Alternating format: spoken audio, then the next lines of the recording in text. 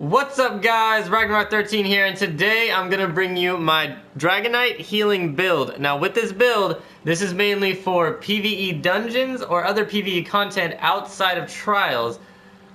This is not a build you want to bring into trials with because the amount of healing and utility in trials is not quite up to par because it's a DRAGONKNIGht and they're kind of handicapped on their healing. But in dungeons, however, I believe that this build is great and will definitely get you far and is very fun to play as well. Now with that, let's go over my gear first. Now I'm running a regular Turog's Pact restoration staff, but I will farm the Spell Power Cure staff, which will make this build a lot better because I'll be able to switch out my shoulder piece. Otherwise, I'm running 5 Spell Power Cure, 5 Twiceborn Star. Now, like I said in the last video on my Nightblade healing, when you think Twiceborn Star, you think trial dungeon damage dealing, but I've been using it as a healing spec and it has been doing quite well in my opinion, the best, I believe, for this build. On top of Spell Power Cure. Now with Spell Power Cure, you get 2 bonuses of increased max magicka, 1 bonus of spell damage, which all increase the amount of healing we're going to be able to do. More magic, more spell damage, more heals. And the 5th bonus, when you heal a friendly target at 50%, they're going to get their weapon and spell damage increased by 250 damage. Now that is a lot, and that is very important for dungeons because you want your DPS to be doing as much as possible. And it always helps when the healer runs this set to help increase the damage and to help burn down enemies much quicker. Now, otherwise we're running Twiceborn Star, max health, max stamina, magicka. Those 3 bonuses always help, but the main thing we're using this for is the 2 Mundastone bonuses at the same time. Now the 2 Mundastones we're running are very important with this build and make this build shine very, very well, which I'm going to go over the Mundastones in a minute. And I'm running the Jewelry of Spell Power Cure, so I could run Twiceborn Star because Twiceborn Star is a crafted set and you can't run crafted jewelry, unfortunately, yet. So that's what it is. I'm running increased spell damage on all my jewelry on top of Arcane to increase max magicka. Now all my gear here is going to be Divines with all max magicka enchants. More max magicka, all Divines to help increase my 2 Mundastone effects, because I'm running Twiceborn Star, so it'll be increasing both of those. Now, let's go over my stats. I'm running a little over, about 500 over 42,000 max magicka, which is a great amount. I think I'm sitting at a much, much higher amount than usual on my max magicka, which is great. Just under 20k health, not bad. A little under 12k max stamina, not crazy important, but you know, we gotta get those break frees, those dodge rolls, all that sort of thing. And I'm running 1778 spell damage. Now that's not a lot, but that doesn't mean that our heals aren't going to be doing a ridiculous amount, because otherwise, outside of spell damage, I have a lot of increased healing done. But this is also going to increase by the time I get my Spell Power Cure staff, which I'll be able to switch my shoulders out for a Kina, so that I can run an already golded out Kina to get my increased spell damage by 124, which is going to increase my spell damage to a little over 1900. Now 63.9% spell critical is a great amount to sit on. That's well over half I'm going to be critting, and you can also crit heal, which will make my heals do even more. All points into max magicka, increase your bonuses by as much as possible. Now the 2 Mundastones I'm running are Thief and Ritual. Now the reason why is Thief is because the most amount of crit that you can have will help your crit heals, which increases, you know, your utility of healing. And I'm running the Ritual because as a DRAGONKNIGht healer, you need to run as much stacked healing done as possible, so your heal over times and your, you know, kind of handicapped DRAGONKNIGht skills will actually do a lot of healing. And that's increased by 14%. Now let me go over the champion points real quick. Now I have 100 into Blessed and 100 into Elfborn. Now that's an extra 25% healing done because I have 100 into Blessed. That 25 plus 14 is 39% healing done so far. and 25% even increased healing whenever we crit, which is going to be almost 64% of the time, which will help tremendously. Otherwise, our other skills we put into was 50 in a hardy, 50 in elemental defender, just to decrease our damage being dealt to us. Poison, disease, physical, flame, frost, shock, and magic by about 15.4%, which helps. Definitely not really need to put any more points into that, in my opinion, because you want the rest into Bastion. Now this increases the amount of damage absorbing effects, which is shields, that we're creating for our allies and ourselves, increased by 25%. Now this is very important because we're running 2 skills and an ultimate that will be increased by this. And with Dragon Knights, you have to be able to utilize shields because we don't have a lot of healing skills to utilize, like such as Templars or even Nightblades. So we put points into this to help our damage shields do their thing to help protect our allies. In the meantime, for our healing over time to take an effect. Now let me go over the skills. Now Structured Entropy, this is a long range damage dealing self-heal dot damage, not a lot of dot damage, but it helps. While slotted, increase max health, and while slotted increases max magicka because it's a Mage's Guild ability. Just amazing ability to have on your bar. Always run this, at least on 1 bar, as any magicka character in my opinion. Now rapid regen, now it says 24k over 16.5 seconds. This is going to be increased by a lot once we get our major sorcery proc going, our spell power cure proc, our major mending proc, and that sort of thing, and especially all the buffs going when we're in dungeons and things. This is going to be our main heal over time that is going to do a lot of burst healing. I see this heal for 6k ticks all the time on my allies, and it ticks for quite a bit over that 16 seconds. So as we're using Igneous Shields, which is going to give our allies and myself 100% more, but my allies about just under 4k damage shield, that damage shield is going to be able to keep our allies shielded up until these ticks can do their kind of thing.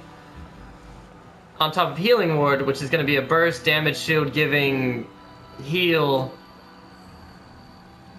and the bigger damage shield is going to be the less health they have, which is just even more ridiculous and amazing skill for a burst heal on a Dragon Knight. Now also, when we pop Igneous Shields for our allies and ourselves, we're going to get Major Mending, which is going to increase our healing done by 25%. Now, if you count all of this, 25% plus 25 into Blessed, which is an extra 25%, that is 50% healing done already on top of our Munda Stone, which is 14, which is going to be 64% healing done. Now, our 64% healing done on top of a Major Sorcery and Spell Power Cure buff is going to be a huge amount of healing done that our Rapid Regen is going to heal for, and that our Healing Ward is going to heal for.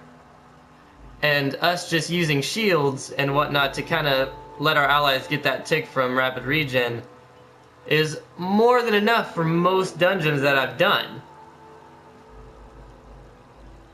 And otherwise, we have Inner Light, which increases our spell critical, while slotted increases our max magicka by 5%, and since it's a Mage's Guild ability, it's going to increase our max magicka by another 2%. So a total of 7% while slotted, and spell crit. Very, very good skill to have on your bar. Now, Shooting Star, I use this randomly here and there just to add some team damage, and the more enemies it hits, it gets my ultimate back kind of quickly, so I can use it. Mainly just put this on my bar for the extra 2% magicka, more heals. That's what I usually like it for, a little bit more utility. And when I use an ultimate, and since it costs 200, it's going to restore like close to 70% of all my resources, which helps a lot. Now on my back bar, which is my dual wield bar, I have Structured Entropy again, all around great skill to have. I double bar it for all the bonuses. Igneous Weapons, now I popped this before the fight to make sure that all my allies have increased Major Brutality and Major Sorcery, increasing their spell and weapon damage. Now this is important because it also increases my own, and at the start of the fight, I can be fully buffed, ready to go to put that heal over time on my allies, and not having to be mid-fight for it. And make sure my DPS at all times have this so that they're outputting as much damage as possible. Now Cauterize, right after I use igneous weapons, I'll pop this sometimes, just to get that burst, random burst here and there. After I pop it, I don't have to mess with it for about 15 seconds. And it will heal somebody to full if it crits. Great skill just to, you know, kind of set it and forget it type thing. And while slotted increases my spell critical, but that doesn't matter because it doesn't stack with Inner Light. I just mainly use it for the burst here and there. Obsidian Shard, now I usually don't use this either, but if I do, it will put an ally to full, including the tank. Now it says 9,900, that's a little under 10k health. If I crit with it, it's easily going to do 20k, and if it's a tank, you know, that's even more healing received that they get. On top of, this is completely unbuffed. This is just me standing here, so this thing is a very, very good damage. Slight damage, I meant heal. And sometimes I'll even exchange it for Healing Ward, because since it's a Earth and Heart ability, it'll increase my allies' weapon damage by about 5-10%, I believe. It's like a minor brutality. So if I'm running with some stamina DPS, then I'll run this on my main healing bar to make sure that they get that bonus. Inner Light again for the bonus in magic and crit. And now I'm running Magnus Shell. Now this is the main ultimate that... This is the oh shit moment where I'm low on health and all my allies are low on health, I'm low on resources, so I'll pop this, gain about 70% of my resources, my allies get a big damage shield, I can pop a couple of heavy attacks to get my magicka back if I need, and it'll cap my incoming damage at 3% in that tight spot, and this will last for 9 seconds. And it is 125% max health damage shield for me and my allies over that time. Now that is a huge damage shield. That is 25% above their whole health bar. So that is going to keep them alive very well for that time being, and that is why I run this. Now that we've gone over the build, let's go over the rotation. Now, my rotation mainly is working right into the fight. I pop my Major Sorcery and my Major Brutality for my allies. Now this is for me as well, and then immediately after I'll pop my Cauterize. Now it's going to be a fully buffed Cauterize that is going to burst my allies' health randomly for 5 seconds. Now note that this ability does not heal yourself, it will only heal allies around you. And with that, I will immediately pop shields for me and my allies. And while I pop this, for 6 seconds, I have time to use my rapid regen on my allies. Now it is a fully buffed rapid regen, which will heal easily over 30k, easily over 33k when I'm in a dungeon with all my buffs going. Like right now, I'll have my spell power cure bonus. Let me get that. Let me get my Major Sorcery. Let me show you real quick. Now that is over 32k 400 over 16.5 seconds. Now when I'm in a dungeon, everything scales and whatnot. Even though I am max, it does increase my spell damage for some reason. I'm not 100% why. My buffs went away. Let me just bring that. I don't know why I popped Cauterize, but there you go. Now that is a huge amount of healing over time. And this is something I could rely on solely, so as long as I'm spamming shields for my allies and whatnot. And this is how we get our amazing heals we get from being a Dragon Knight. And a Healing Ward when absolutely necessary. And if we pop Igneous Shields before that, let me show you a fully buffed Healing Ward, which is going to be a little over 4,600 on top of a just under 7,500 damage shield, which is a great amount. I've healed allies for about 10k with this easily on top of a huge damage shield, and I've never seen this give a damage shield that didn't give full health. If you are low on health and I pop you with this ability, you are going to get a very, very good burst heal on top of a huge damage shield. Because that damage shield is going to be increased by upwards of 300% depending on your wounds. Which will definitely keep you alive long enough for my rapid regen to tick a few times and do its thing on top of Igneous Shield's shield. So, there you go. So I walk right into the fight, pop my Major Sorcery, Cauterize, get my Major Mending going, and hit all my allies with that rapid regen right at the beginning. And then I'll do some heavy attacks, get some magicka back, keep hitting my Igneous Shields just to give them a shield to keep going up. You know, pop this a couple times again just to reapply it. Healing ward when necessary, and that is about it. That is all I typically do. Otherwise, the oh shit moments where, while I'm healing as well, though, I gotta reapply, you know, my major sorcery, my cauterize, just to keep things rolling. You do not have to use cauterize, I will say that. Now, this cauterize does cost a significant amount of magicka, and it's just something extra to do on your bar that you don't always need to do. It's every 5 seconds, and it's also an initial. So if somebody was near me, it will heal them initially and every 5 seconds. Now, that's not something you can truly rely on and should depend on. And it does cost magic, and it kind of goes out of your way in the rotation. If you're starting the fight, go ahead and pop it, because, you know, it's not like you're in the middle of the fight. It's not really taking up much time or space or anything. Otherwise, in the middle of the fight, I typically don't. Sometimes I do, if I'm full on magicka and I just want that oh shit heal just in case the RNG is with me. Otherwise, I just, keep going with the rapid regen, healing ward when necessary. Igneous shields quite a bit. This keeps them shielded up while our rapid regen heals for a sick amount.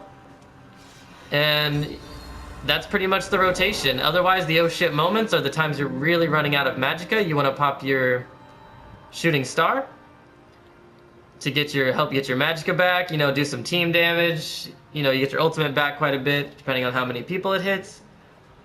Or the oh shit moment where you're low on resources and your team's low on health. You want to pop that big 125% damage shield for everybody, and then maybe an igneous shield just to add to the ridiculousness. And then a couple heavy attacks to get your magicka back, and then your rotation back. And that's pretty much what I use.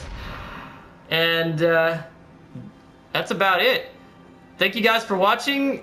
Catch me on YouTube, catch me on Twitch, rate, comment, subscribe. I use this build. I'm going to be streaming today even. I'm going to be using this build in a few random dungeons, with some pug groups. Nobody I really typically run with, so you'll see mostly how this build works with a great team, and how it works with, some pug groups that aren't that good, and to really kind of see it shine during those times. Anyways, thanks you for watching. I hope to see y'all next time. DRAGONKNIGHT healing for the win.